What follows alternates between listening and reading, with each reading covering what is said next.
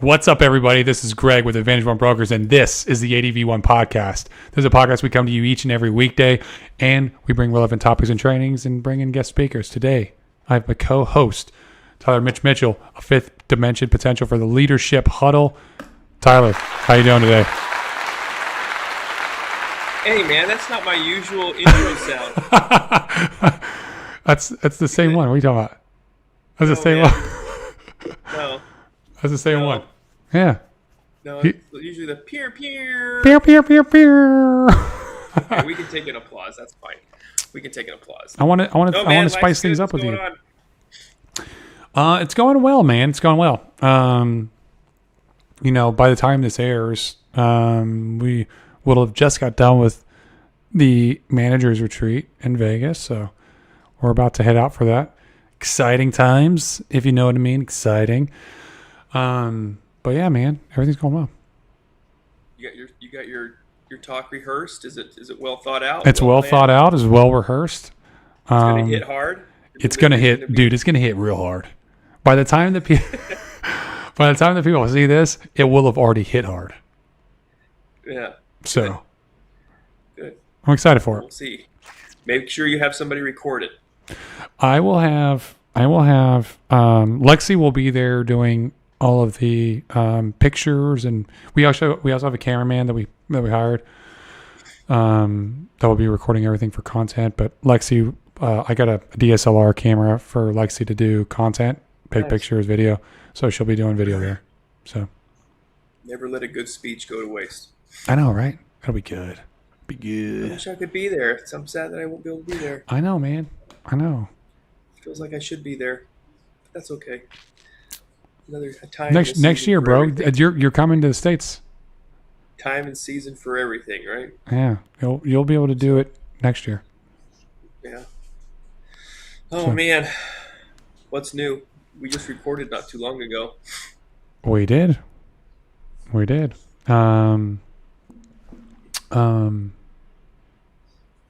So let's start off like we usually do. How's life, bro? How's life? That's what I was asking you. I'm asking you, man. I want to ask you. You usually inspire me to say certain things, so you like to get me chatting? Yeah, because it gets my juices flowing. It rained all day today. Yeah. All day. I went to work in the dark. It was dark at work. Came home in the dark. Yeah. Welcome to fall. Fall in Europe. Yeah, it's miserable. Yeah. It's not good. The sun is a beautiful. I need my vitamin D. You know what I'm saying? It's. I mean, dude, right now it's same way. It's like there's no sun in the sky. It's like gray sky, cloud, just complete cloud, raining. It's been raining all day. It's disgusting. I got it. Learning how to dance in the rain is one thing, but not all day long. Yeah. Dances don't last forever. You know what I'm saying? But anyway. Yeah, we're that's just where I'm at. That's where I'm at. Just trying to power through a gloomy day. Let me ask you a question, Mitch. I think I know what your answer is going to be, but I want to hear your opinion. Fire away. So we pretty much just took down all of our Halloween decorations, which we went. This is the first time I've ever decorated my house for Halloween like this. Lexi went a little much. It was awesome, dude. There were people when we had the trick or treaters. We would like open the door and there would be people that would, come, and then it would be a crowd. It'd be like family. And then the first crowd, when they got done, they would go into our yard and they would be taking pictures in our yard. Because there was like this whole archway with like a graveyard and like these glowing hands that were coming out of the ground. It's like, so they would like take a picture in our yard, which is pretty awesome. I've never had that happen. But,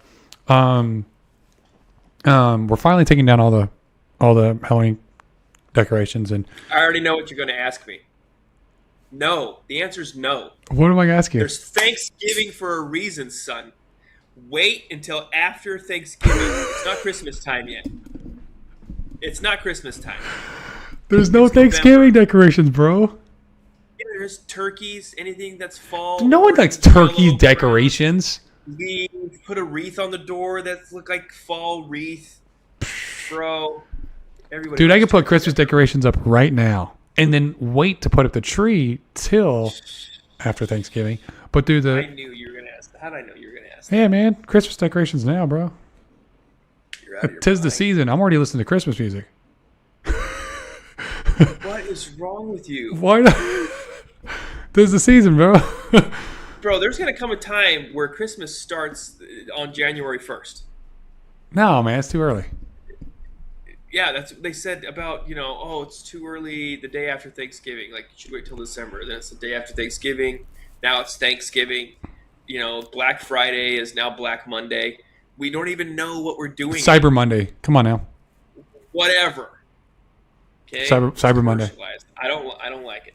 I don't like it. I'm Enjoy just telling you. Thanksgiving. I'm just telling you. Celebrate Thanksgiving. We are going to celebrate Thanksgiving, but we can still put up Christmas decorations now, and we can get into this spirit now. I'm just telling you. I don't like it. Not a fan. That's my answer. That's my final answer. I like your input. I'll take it into consideration. Noted. Noted. I do work in an office that people. One particular person is very festive. Yeah. So she was listening to Christmas music today, and I was like, it's too soon. It's too soon. Too soon. Too soon. Not for me. Not right now. So enjoy Thanksgiving. So, yeah, man, I think that doing that is that's what I want to do. But obviously, you have a differing opinion, and that's okay. That is okay. Clearly, I'm not sold in your vision of Christmas here. You are not sold in my vision of Christmas. And No, and that's I'm a nice not going to come that along on this ride. that is a nice segue. No, that's not the segue sound. It's the bells. Yeah. The glockenspiel.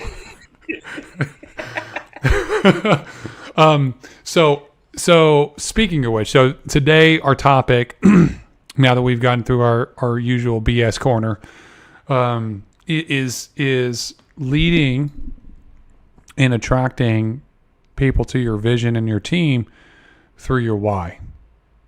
And a lot of this is Simon Sinek inspired. If any of you have not read Find Your Why or Start with Why, then you probably should, or even watch his TED Talk on the Golden Circle concept. So, while I'm starting this, I'm actually going to find something I can use as an example. So to break down the Golden Circle concept, for those of you that don't know, the Golden Circle concept is really, really basic. It's the outside circle is the what, inside circle is the how, or the middle circle is the how. The most inside circle is the what, is the why. And so when you look at most leaders, individuals, companies, their marketing, their sales, their messaging, everybody knows what they do. 100% of people know what they do. It's easy. They know what they're doing. Less people know how they do it, or how to explain how they do it. That's a proprietary processes, their USPs, etc. But even less people know why they do what they do. However, when you look at the messaging for most companies, or most salespeople, marketing, recruiting, whatever, it makes sense to start with what's easiest or most clearest in your mind and go to the fuzziest. So people start with what and go to why. And some people don't even include the why because they don't know how to explain that. They don't really know what they stand for. What is your why? A lot of people think it's to build a big agency, or to make a lot of money, or to have, so much success. That is a result. That is not your why. What's your purpose? Why are you here? What do you believe in? Why does your company exist? Why are you with your company? That's your why. And so what you find is that every individuals, leaders, organizations that inspire people, that seem to defy the odds and inspire people against everything, they all think, act, and communicate in the same way. And it's that they start with their why, what they believe in, and then they move outwards to their what. And a very good example, very easy example of this, that Simon Sinek uses is Apple. Apple's just a computer company, and they're like any other computer company, in terms of they have the same access to the same resources, the same media, the same people that they could hire. They have access to the same things. However, they seem to be more innovative than their competition year after year after year. So if you were to think about Apple on a grand scheme, if they were to market or message like every other company that's against them, then, or their competition, their message would look something around the lines of, "Hi, we make beautifully designed computers that are user friendly, intuitive, and innovative year after year after year. Would you like to buy one?" Something similar. Something that hey, we're a computer company. We do this. Okay, this is how we do it. It'd be very basic. But what you actually find, it's very uninspiring.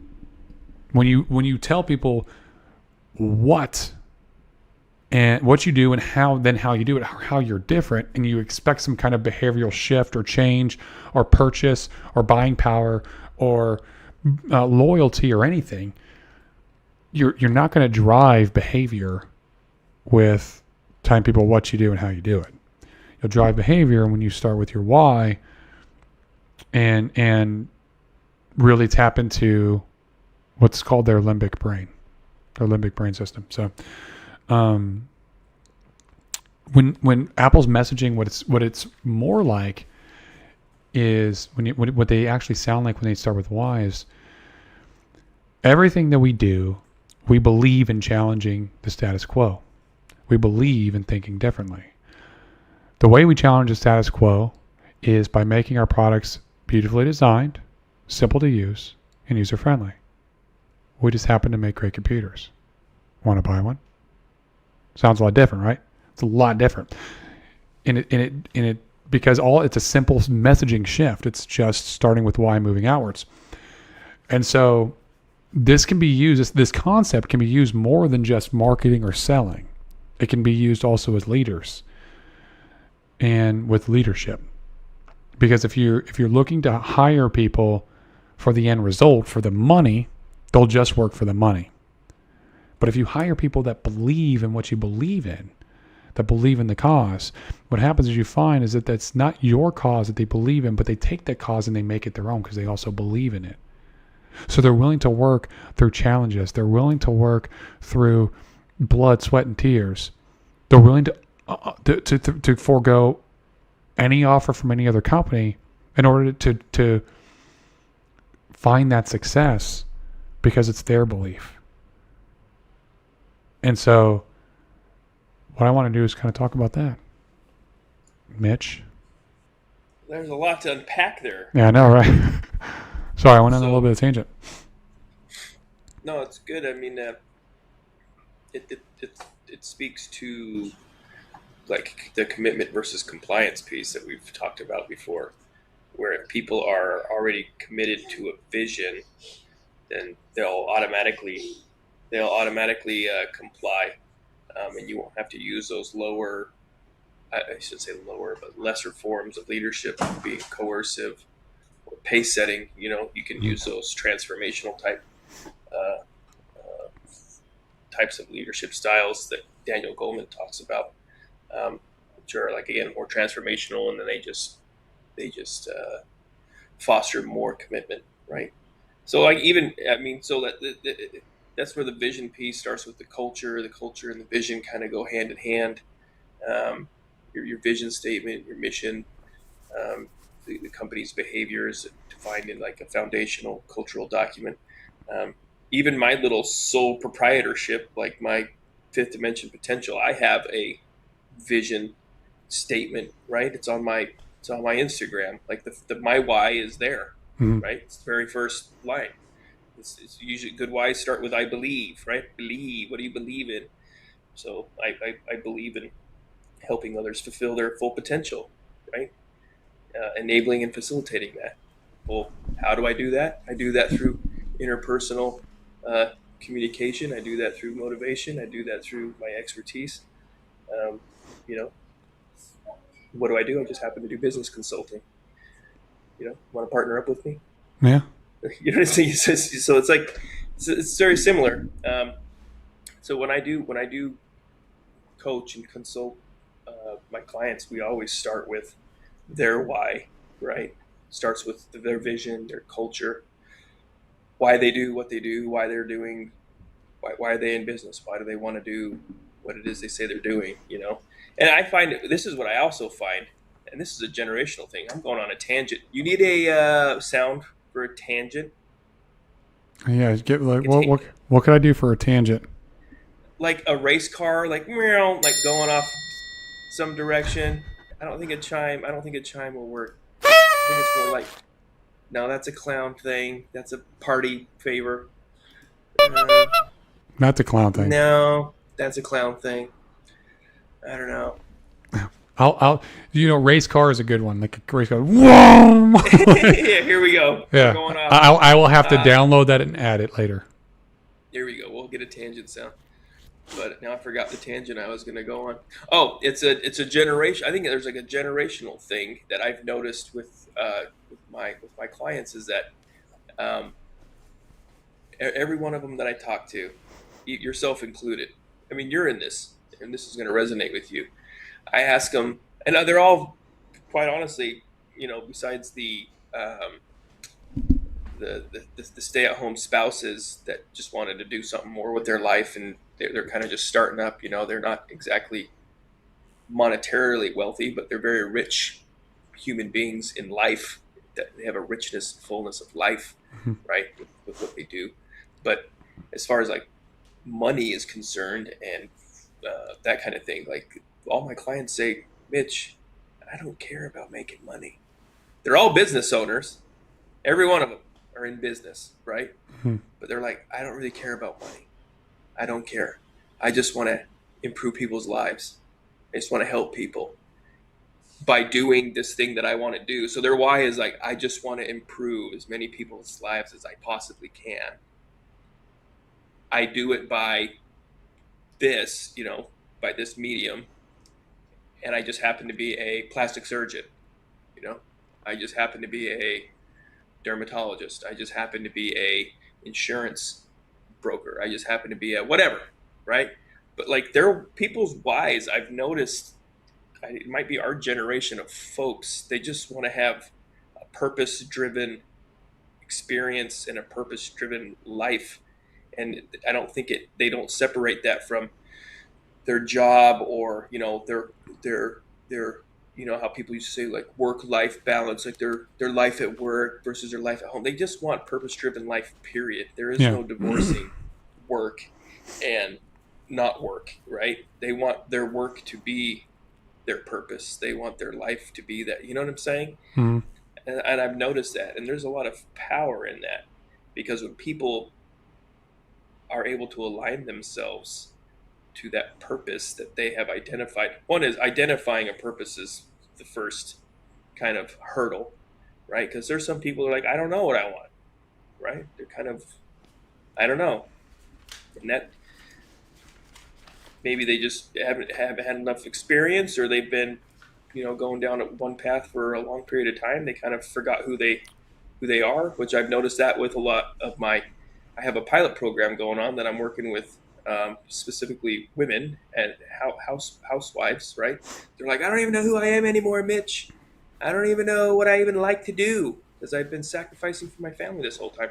So we have to almost refine their purpose, their why, right? Because they don't want to sacrifice being a mom at the expense of something else. It's because they're very selfless people. So their primary why for them is like, I want to be a mother and raise my children and raise them to be, you know, successful adults. But I also want another extra little something, right? They know that there's something missing, so they just want to kind of add on to their why that they already, their core why, but they want to add on to that. Mm. Especially the ones that their kids are old enough where all their kids are in school, right? And so they have this chunk of time now that they normally didn't have before. So now they're like, what do I do with this time? I don't even know what to do with it. Like, what do I do with my hands? Like, I don't even know what to do. And so that's Talladega Nights, in case that was lost on anybody. But yeah, We get a sound for that. Yeah, unbelievable. But yeah, so that's what I've noticed. And so I always, like I said, it doesn't matter who I'm talking to. It could be a housewife who just now, their kids are in school and they want to like open a small business or write a book or become a business person or whatever. Or it's such as yourself, I don't even know what we call you now, like a Director of communications. director of communications. Yeah. Plus agent, plus agent, Yeah. plus agency owner, plus, I don't know, podcaster. Yeah, soon to be something or another. Yeah. Soon to be greatness. Plastic surgeons, doctors, lawyers, you name it, right? Like the spectrum is huge, and so, but I think it's like more of a generational thing because the folks that I work with are all around about the same age. We're in our mid 30s to upper 40s, right? And so it's all about the same. But I find that very fascinating, and I've kind of seen that trend, and I take notes with all these folks, and so I got a pretty good gauge about what, especially people with the entrepreneurial spirit. You know what I mean? They kind of have the same. There is a level of drive that you have to have that you're going to be willing to kind of step out and take a chance. You ever heard? This actually ties into the law of innovation, the law of diffusion of innovation, where if you look at the entire population, there's about 2.5% of the population are what's called the early innovators. And then the next 13.5% are the early adopters. Yeah. And so that first 15 to 18% of the population right there, those are the people that lead with their why. Those are the people that make gut decisions based off of what they believe in. And those are also typically the people that are willing to be an entrepreneur because they believe in it, and they do it not for, a lot of times they don't do it for themselves. They do it for them. For the other people. They do it for themselves. They do it for how they want the world to view them because if it's what they believe, and it's really all rooted in that. And just to kind of take it back to your vision statement that you have on your Instagram, you were saying, hey, I start with I believe, and a great why starts with I believe. And summer of 1963, 250,000 people came to the Mall of Washington to listen to Dr. Martin Luther King speak. Now, Dr. King was not the only great orator of the day, and he was not the only man in America that faced difficulties in a pre-civil rights America. In fact, some of his ideas were bad, but he had a gift. He went around telling people he didn't tell people this is what America needs to do to change. He told people, I believe is what he told people. And his beliefs became other people's beliefs. And their beliefs, they went and told people. Because 250,000 people came at the right time, at the right place, on the right day to hear him speak. They had no calendar invites. They had no email. They had no text messages. How did that happen? Yeah. Power of a vision. It's the power of why. It's the power of why. And 250,000 people showed up, and it was about what they believed in. It wasn't even about black versus white. 25% of the population there was white. It was about their own beliefs. They didn't. How many people think showed up for Dr. King? None of them. They showed up for themselves. Yeah. Yeah, man. I hear you. And that's I the hear you. power of that's the power of leading with why. That is the power of leading with why. And if you lead with why, because if you look at the law of diffusion of innovation, those first two categories, the 2.5% to 13.5% that make up the first 15, 18%, it's really 16, but still, that 15 to 18% window is that if you can get past that, there's a tipping point. And that tipping point, when you hit it, that's where mass market saturation hits. Because the next 34% are, and well, technically the next 68%, which is broken down into two categories, that's mass market. That is and if you can crack past those, they're not going to make any moves until the people with the why make the move and they see that acceptance. So you want mass market acceptance of your vision, of your why, of your product, if you're a business, if you want to recruit, doesn't matter. You have to start with why to get those early innovators and the early adopters. You crack past those, you're going to get a mass market saturation. Yeah, the trick is how you do that, right? Yeah. But again, like you said, it all goes back to the why and the vision, and mobilizing people to think and believe in what you believe, right? I think it's just hard. always It's harder than it it is looks. it's a lot harder than it looks. So you have to understand your why. And so I think the point of this message in this podcast and what I want to end it on is take the time. If you are in an organization, if you sell products, if you market products, if you recruit, if you lead individuals, you need to sit down and talk and to find out what your why is, why you do what you do, why you exist, why you're in the company you're in. Not the result, not to make money, not to build a large team, but your why. And you need to put it on paper, and you need to put it in your organization. You need to put it out to your clients. And what you'll find is that you will start attracting people that believe in the same thing that you believe in, that it becomes their idea too. And it becomes infectious. So you don't want to do business with everybody that needs your product or everybody that could work on your team. You want to do business with people that believe what you believe. And when you do that, your beliefs will spread so much faster, and you'll be working with people and you'll be able to lead people that are on the same path as you, that are going in the same bus to the same location at the same speed, and it will make your life a lot easier. So sit down and do the work to determine what your why is, write out your mission, your vision statement, and how it should be, and share that with your team. Share that with your clients. So, any last closing thoughts? Well, you did mention about like if you share it, you start to attract. I truly believe in what you put out in the universe, you get back. I'm all about the law of attraction, or the you know what I'm saying? That just the universal law. Like the universe gives back to you what you put out there. And so, like for my vision statement, like I said, like I believe in facilitating, enabling change in others so they can realize their full potential, right? Mm-hmm. So maybe I am attracting people like that to believe in that same thing, right?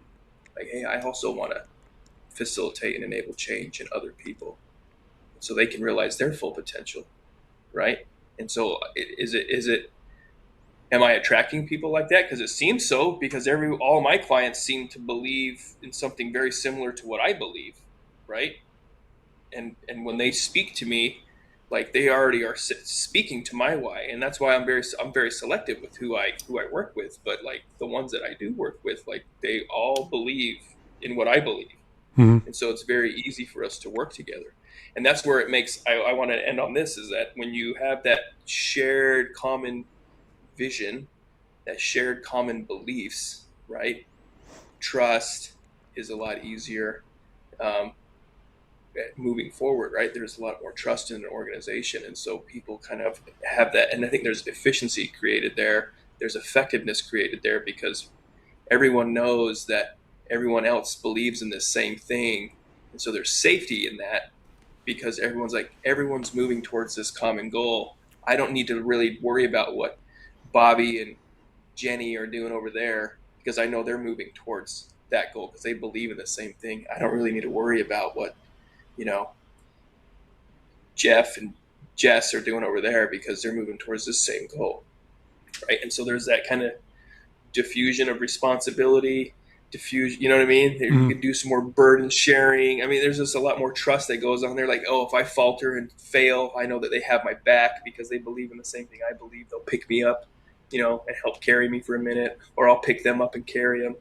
There's camaraderie there. I mean, it's a healthy organization when everyone believes. I'm not saying thinks the same way. This isn't group think. This isn't like a bunch of yes people, sycophants running around. This is just a shared common vision about fulfilling said vision. Now, how you physically get there, that's a whole different story, right? And that's where the innovation and all that comes in as well. It's like, well, how do we get from here to fulfill that vision? Yeah. But it starts, like you said, Starts with why. Starts with why. It's got to start with that. So that's my closing thought on that there, Grigor. Mitch, I appreciate you coming on board and doing a quick leadership huddle with me. Got to close it out early because I got to jump on another meeting. But for those of you watching, thank you so much for taking part in the ADV1 podcast. This is Greg Birch, your host, and your co-host Mitch for the Leadership Huddle. If you watch this on YouTube, make sure that you hit the subscribe button so that you see when we're posting content each and every weekday. And we're doing it for you, the agent. So if you got anything out of this, the fee is simple. If you learned anything, if you enjoyed this discussion between Mitch and I, do something very simple. Share the content. Reach out to Mitch also. There is his Instagram for one last time. That's his Instagram handle, fifth_dimension_potential.